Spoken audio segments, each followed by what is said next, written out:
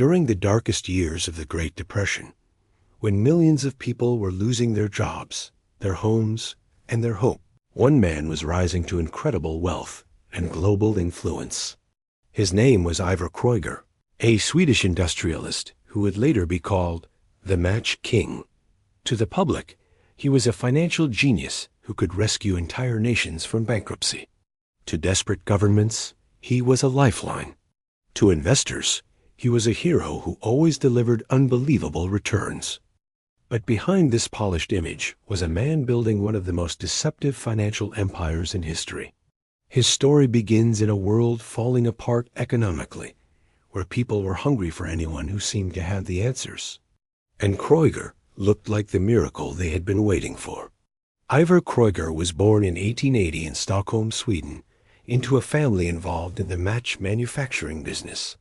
Matches might seem simple today, but in the early 20th century, they were an essential global product. Homes, factories, and businesses depended on them for basic daily life.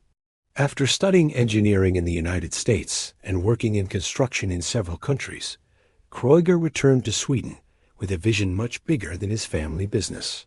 He believed he could consolidate the entire world's match production under one giant company, controlling supply, prices, and profits. But he needed capital, massive amounts of it, and the world was about to enter a financial disaster that would give him the perfect opportunity to build his empire. When World War I left Europe economically devastated, nations were desperate for money.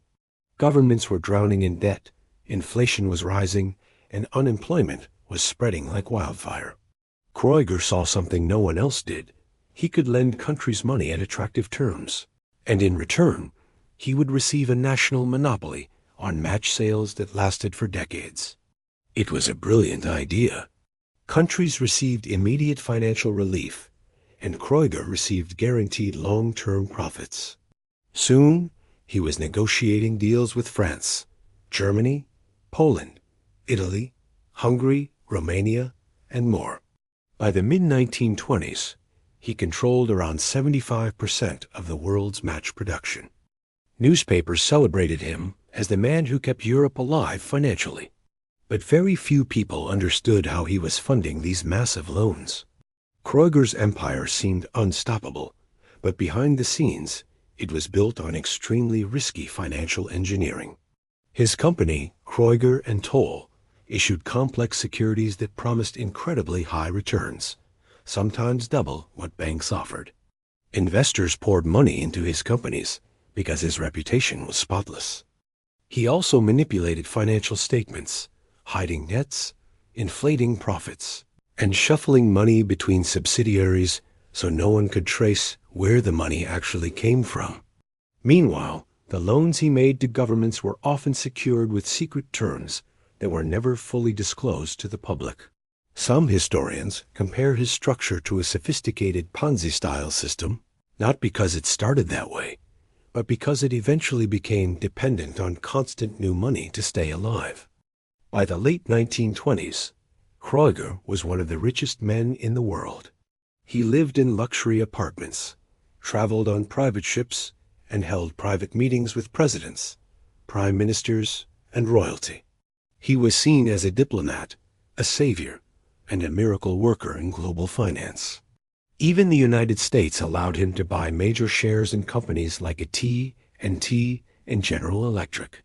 But as his empire grew, so did the cracks beneath the surface. The global economy was weakening. His companies were hiding enormous losses. Many of the government loans he issued were far riskier than investors realized. And then came the event that would expose everything he built, the stock market crash of 1929.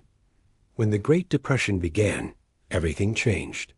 Stock prices collapsed, banks failed, and countries could no longer repay their loans. Investors started demanding their money back. Kreuger's empire, which relied heavily on confidence and continuous investment, began running out of cash. The financial statements he used to impress investors were now being examined more closely. Auditors started noticing errors, massive errors. Money that was supposed to exist on the books was nowhere to be found. Some contracts he claimed to have with governments were discovered to be forged or exaggerated. And as panic grew, Kreuger became trapped in a financial maze he could no longer control. In early 1932, the truth was closing in. Swedish regulators demanded audits. German officials questioned the validity of his loan agreements. American investors were filing lawsuits. Kreuger traveled to Paris in March 1932, hoping to negotiate new financing that might save his collapsing empire.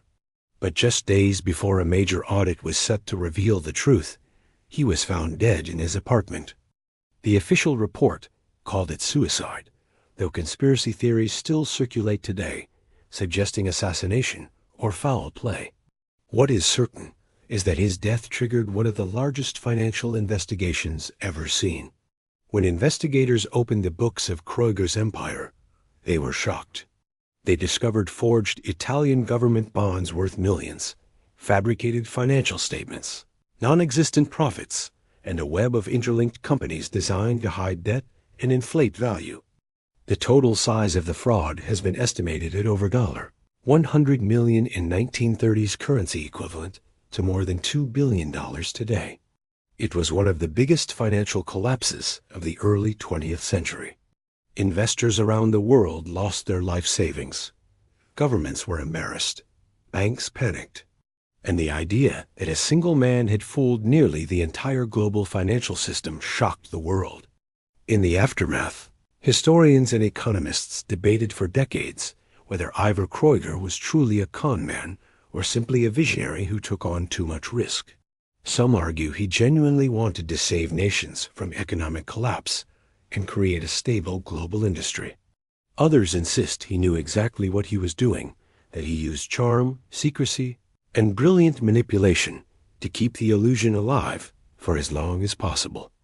What is undeniable is that he became one of the most powerful figures in global finance, and then one of the most infamous, all within a single decade. His rise and fall still influence financial regulations today, especially in accounting transparency, auditing standards, and investor protections. Ivar Kreuger's story is more than just a tale from the past. It is a warning that even the most impressive success can hide dangerous truths. It shows how desperation, whether from nations or investors, can blind people to the risks right in front of them. And it reminds us that financial fraud does not begin with obvious lies. It often begins with ambition, confidence, and small shortcuts that grow into something catastrophic. Kreuger did change the world, but not in the way people believed during his lifetime. Instead, he became a symbol of what happens when power, secrecy, and unchecked ambition collide in the financial system. If you found this story fascinating and eye-opening, make sure you like the video, share it with others who love financial history, and subscribe to Retro Finance Files for more shocking stories from the past.